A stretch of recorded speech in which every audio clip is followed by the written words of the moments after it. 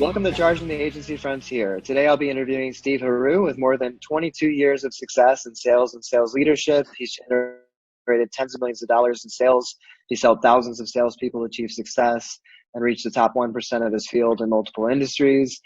Steve and his organization help their clients maximize the performance of their sales organizations through cutting-edge content delivery, sales team and sales management development, and recruiting and hiring optimization. There's a lot more that I could add to that, but I'll pass over the mic to you and let you add a little color to your intro, a little backstory. Thanks, man. So yeah, I mean, the coolest part about what we do is we kind of combine emotional intelligence, science, and sales performance together. I think that the best analogy I can give you from what I've seen in the field of sales training is, let's say you snowboarding, whatever, surfing, you hurt your knee real bad. You can't walk. Something's wrong. So you go to the doctor. She doesn't look at you. She doesn't examine you. She doesn't give you an MRI and says, "Hey, Robbie, I'll see you for surgery tomorrow at 7. You'll probably run out of that office. But that is what 99% of sales trainers do. They have no idea what's wrong, not interested in finding out what's causing these issues, and just says, "Oh, we've got the perfect solution. We've got the blank system," or "we've got this selling," without having any idea. Is it process? Is it service? Is it product? Is it hiring? Is it management? Is it leadership? Is it pitch? Is it elevator? Is it value? What is it? So we take a completely different approach and actually use tools to help diagnose what the issues are of why these clients and companies are not hitting quota. And then, and only then, can we attempt to coach, train, and teach to those issues. I think even myself, it was a little bit of arrogance and ego before, thinking we can just fix anything. But when you don't know what's wrong, how the hell are you going to fix it? And so that's where we're really doing things that are a lot different than what most companies do in terms of sales training and development. Love it. That's awesome. Clearly, you're a sales guy. I can tell just because you can articulate it well. So you're obviously passionate too about what you do. What is it that drives that passion? It's funny. I just got asked this question at my last meeting, and they could tell. They're like, "Man, you got a fire for this." And I think the overall goal mantra of what we want to do at Victory Selling is literally change the perception of salespeople. And I know that's quite a large task, but we already know the perception of salespeople that will never, ever change. Used car salesmen, the ABC crap, all this stuff that's still on social media, that's still permeating through our society. People don't like salespeople for a reason, because nobody likes to be closed. They don't want to feel like they got taken. And that's still the way a lot of sales is taught. And if the sales managers were taught that way, they're going to teach their people that way. So we have to completely change that mantra, that culture of always be closing. That's just crap, right? I'm trying to be polite, not swear. But it really is true. People don't understand that you can be honest, you can have integrity, you can have humility, and still build an extremely successful sales organization with those three ideas and morals. And it's just weird to see the opposite still happening all over the place in the events and social media and all this stuff. And so it's quite a big task to do that, to change the perception of salespeople, but that's really what we want to do. Nothing like a good challenge. That's awesome. That's a big one. Why is it so important for you to get your message out there, to share with the business world your unique style of training? I think it's I don't say it's like a personal crusade, but to be able to be that leader in terms of a new movement in selling, again, like a nice guy, right? We've all heard this nice guys finish last kind of thing. And listen, a lot of our clients, it's 99% referrals. I mean, what is better than that? And so we don't need to sell everybody, right? We don't need to have everyone as our client, but we want to get the word out there that there are different tools that are able to help clients really maximize the performance of their sales team, but they've just never seen them yet. We've seen DISC profiles, Myers-Briggs, PI, all these other assessment tools that have absolutely nothing to do with somebody's ability to sell a service or product. Nothing. They can say they do, but they don't. There's no scientific proof. There's no third-party credibility. There's no validity. It's literally the corner market saying world's greatest pie. Oh, who voted you that? Oh, we did. And that's what all these other assessments do, right? Well, he's a purple. He'll be good at sales. She's a high D. She'll be great. Let's hire her, which there is, again, is nothing behind that. So the tools we use are specific in figuring out what's the salesperson inside of the person. All these other tools, they just talk about people in a social setting.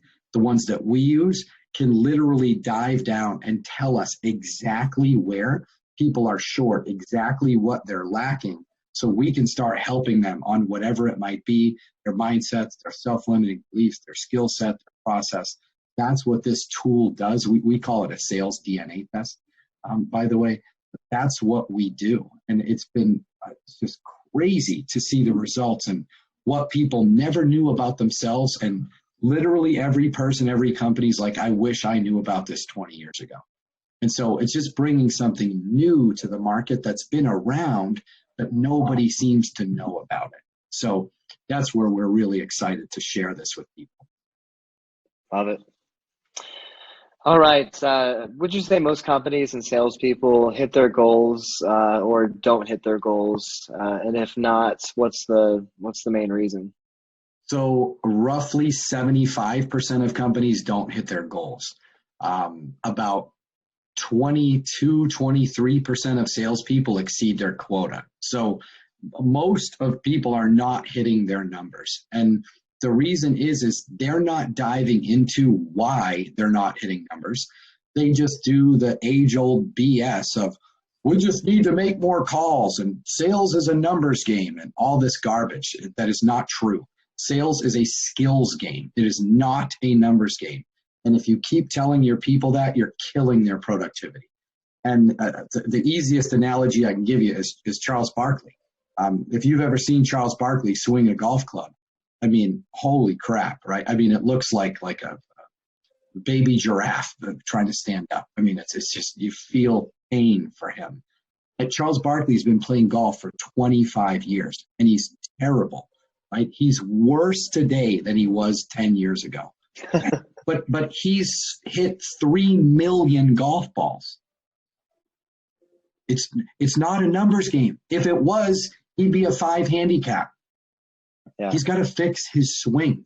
And most companies, they don't want to fix the swing. They just keep going to the range and doing the wrong thing. We need to make more calls, Robbie. We need to get out there and pound the pavement. No, we've got to figure out what's wrong and then fix that. And then if we do more calls, but they're skilled calls, then we crush it. And that's the stuff that I keep seeing permeating through organizations all the way up to senior level. And so we just got to take a different approach, right? Completely different approach. That's awesome. Awesome insight. I love the analogy. Yeah, I'm thinking of his swing now. It's painful. Yeah. I haven't seen his swing. Oh, YouTube it. It's in my head. Okay. I'll look it up. Look it up. So I think some of this has come out already in the discussion, but there are obviously a lot of sales trainers and sales resources in the market. What makes you different than everybody else? I think if we would kind of cover it 2 ways, right? The first one is not pretending that I know what's wrong. And a lot of the other things out there, the systems and the courses and all this kind of stuff, it's like, use my thing and you'll 10x and all this other BS that isn't true.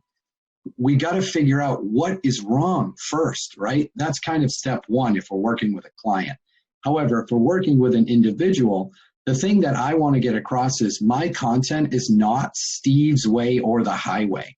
And, as you mentioned, right, I've had success in sales. I was number 1 in the country with Cutco knives. I was number 1 in the country with Aflac. And, I've had a lot of success in sales, but I understood that I need to learn more. If I want to get better, I got to learn from other people that are doing it. So a lot of my content, I spent the last year doing a modern day Napoleon Hill type of thing, where I was interviewing hundreds of 6 and 7 figure salespeople in all different industries, all across the country, in all different markets, to find out what they were doing to have success in 2019. What are their processes, their strategies, their habits? How do they follow up? How do they cold call? How do they network? How do they send thank you notes?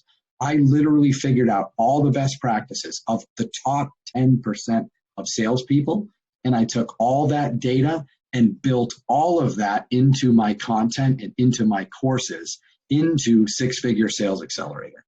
And so the reason that I named my course Six Figure Sales Accelerator is because we can get people to routinely make six figures. It's not about, oh, let's make $10 million and I can 10 all this other garbage, right?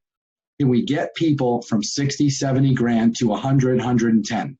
But can we keep you at 100, 110, 130? Can we keep you growing and consistent, right? And most people think like six figures, it's easy. It's not easy. Only 12% of salespeople make six figures. But if you look at social media, they make you look like a loser. Then we can make seven figures. And this is coming from a guy in his parents' basement who's never sold anything. And so it's important to understand that not only have I lived it, done it, breathed it, I've reached out to people that did way better than me so I could learn how to use those tools that help them become successful. And so that's where I think we're different is it's taking everybody into consideration and all the best practices and then teaching my clients what other great men and women are doing.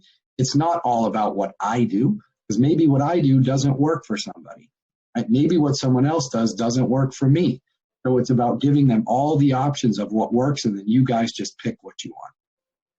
Gotcha. And can you talk to me a little bit about kind of price point for your services? If you're an individual working with you or doing the program, if you're working with an agency or sales department, within a brand, what does that look like from a pricing perspective? What kind of maybe we could start. We start corporate wise, and it's funny because I ask companies a lot of times they've never really invested in sales training, or if they have, it's the same old crap. It's like I tell them, I'm like, listen, Robbie, if you want me to come to your meeting or come do an event or train your team, and you want me to break boards, and you want me to stand up on a chair and yell, and you want me to walk on some fire, listen, we're not going to do that. It's not going to help you, right? So we've got to make sure that people understand there's so much more to learning how to sell than getting people pumped up and motivated and psyched and all that stuff. And that's not going to last long term. And so with a client, typically I'll even ask them, I'll say, what are you paying your worst salesperson? And they'll typically say 60,000, 50,000, 70,000, right? How long have they been here? Too long, or 2 years, or whatever. So we're in 100K for one crappy salesperson. That's just one. What we can do for a company, entirely overhaul their process, do DNA tests on every single one of their salespeople and sales leaders, create a modernized, customizable training platform, branded to them, their name, their logo. Each individual salesperson gets their own login with their own content, because we can customize the content for each salesperson based on what their sales DNA told us. So it's not just generic run-of-the-mill stuff. And so when we do that, typically if a company is a $10 million company, let's say, and their worst salesperson is making 60 grand, we could pretty much train their entire sales team, overhaul what they're doing, teaching, training for probably a fifth of that. So the price points, I use this example too. Another thing I ask them is, how much did you spend on your Christmas party? And a friend of mine told me he just spent $27,000 on his Christmas party. And we talked about doing this sales DNA test for his entire team, and it was maybe $8,000. So a quarter, a third of what it cost them to do a Christmas party, and no lawsuits come from it. Exactly. So on the company side, it's such a small price and such a huge ROI. On an individual side, one of the cool things we started doing are these sales DNA tests with a coaching call combined with it, so they can understand what's been holding them back all these years.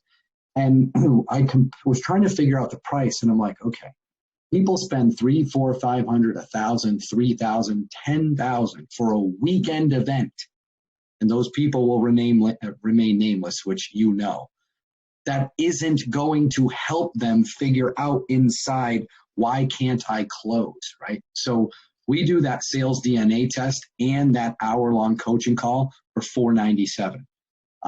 We also tell people too, by the way, in all of our stuff, listen, if you don't think it's worth it, here's your money back.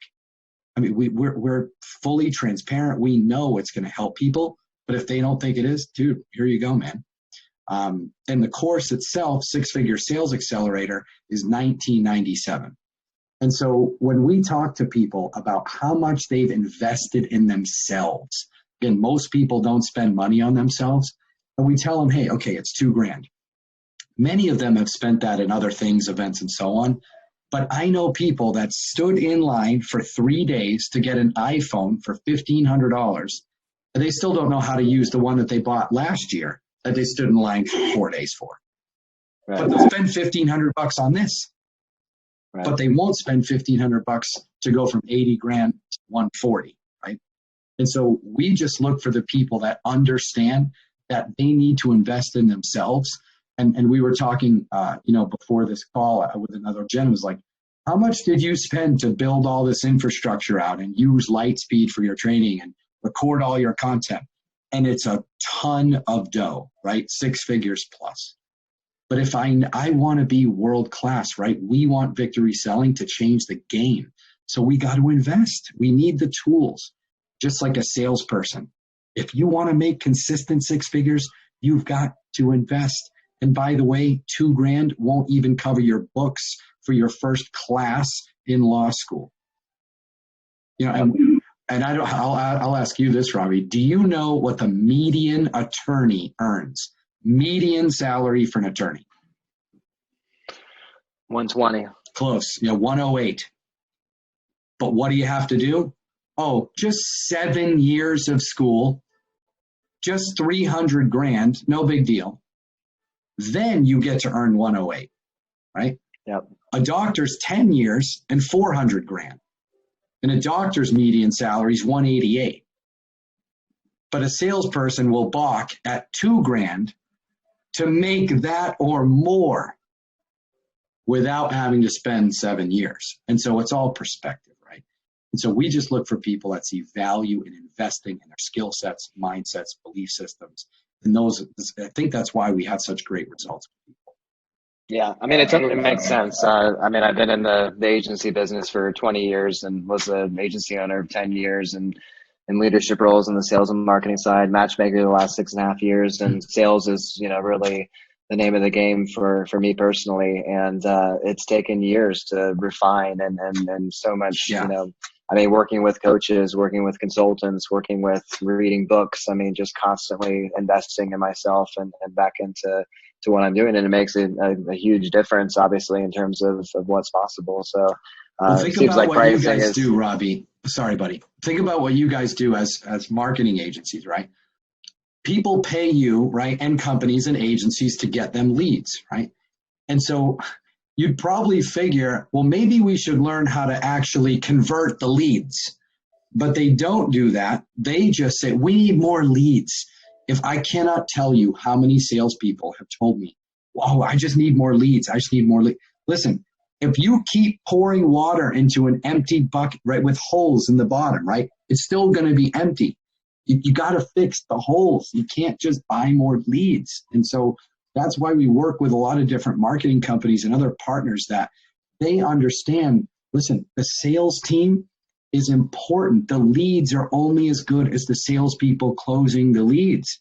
And so companies still spend tons and tons of dough on marketing, which we have to do. But we got to get an ROI on the marketing dollars. And if we can get $3 or $5 instead of $2 for every dollar we spend, it's such a small investment to fix that ratio. Hell, we can go from 5 to 1 to 10 to 1 geez, now we can get more leads because we're closing double the leads.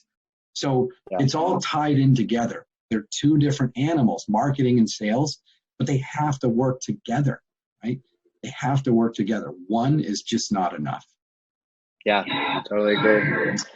I have time probably for two more questions. So first one is to play devil's advocate. When a company says we have a sales manager already, why do we need you? What's your response?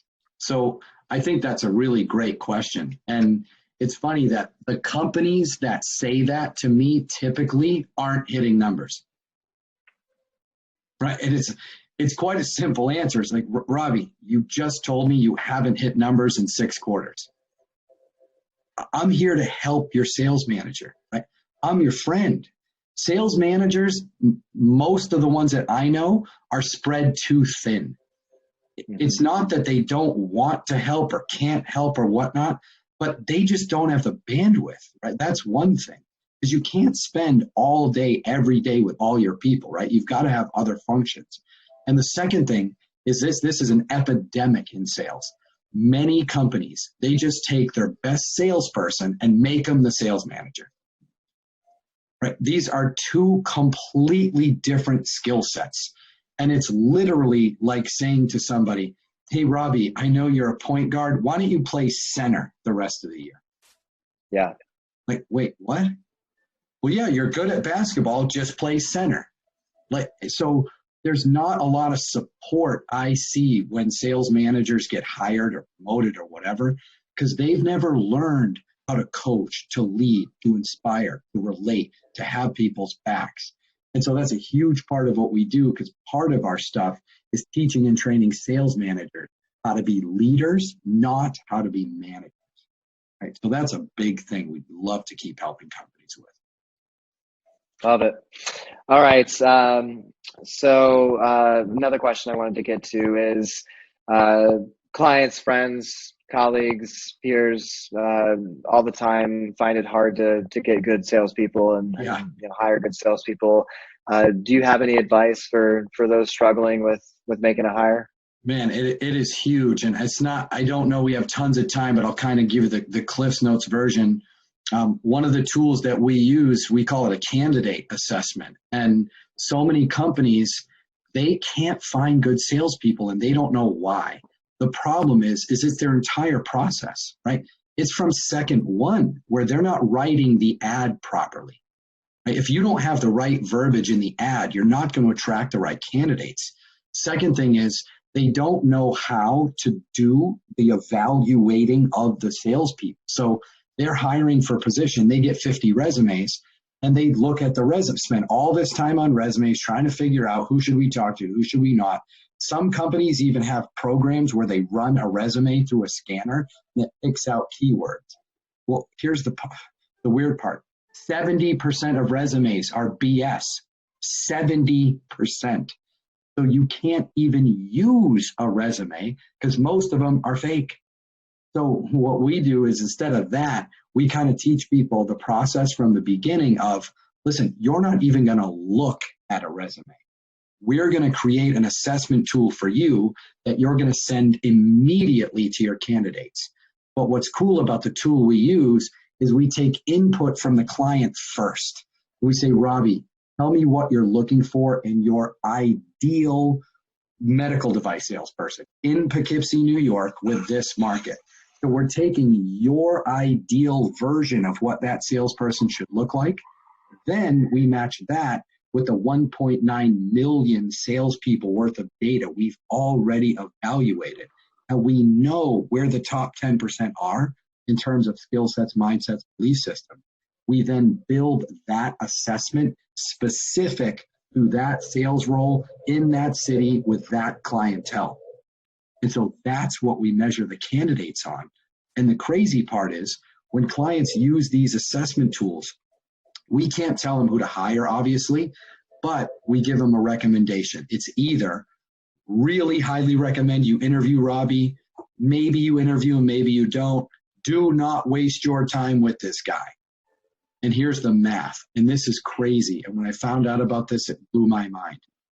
of 30 years of data we have, almost 2 million salespeople, 30,000 companies. Of all the people we have ever told our clients, we highly recommend you interview this guy or gal, and they hire them. 91% of them will be in the top half of your sales force within 1 year. 91%. And by the way, that entire process program that we teach is probably 1/4 of what it will cost them to hire and replace one employee one time, right? No more recruiters, no more guessing, no more interview bias going, oh, this guy's a Red Sox fan and I'm from Boston, I'm hiring this guy. That's what happens, right? People hire the people they like. They don't hire people based on their actual skill sets, mindsets, systems, behaviors, processes, habits, based on that exact role. Because just because a guy or gal was great at selling medical devices doesn't mean they're going to be great selling copiers. Yep. But you can't tell. So companies keep guessing and they keep going through sales rep after money. sales rep. You got it. Yeah. Awesome. Well, Thanks. we went through a lot of great content, Steve. Yeah, I appreciate it. It's nice to talk to a kindred spirit. Like I said, you're quite passionate and can tell you're a great sales guy. So I mean, it starts at the top, and being able to spread that across organizations is huge. And the way you're doing it is pretty awesome. So we look forward to sending referrals your way, and hopefully anybody that's got questions. Where we post this on social, and then the stable will chime in with questions for you. And then if somebody does want to get in contact with you, is email the best way? Or what's your email address? A couple things if you don't mind me sharing. So regular site, right, is victoryselling.com. Second one you guys might want to check out is salesdnatest.com. You want to hit me up on Instagram. It's the Steve Heroux. So the THE, right? The Steve Heroux. And then, I'm excited, guys. It's just Steve at Victory Selling. If you'd love to reach out, listen, our goal together really is let's just help more clients be more successful. That's it. No empty promises, no delusions of grandeur. No, you'll have a Bentley tomorrow. None of that garbage you see on social media is real, right? Let's just get better. Slowly but surely learning these skills, processes, habits, and everybody's going to win long term. So, man, thanks again so much for the time, man. We just want to help as much as we can. Awesome. Love it. Appreciate it.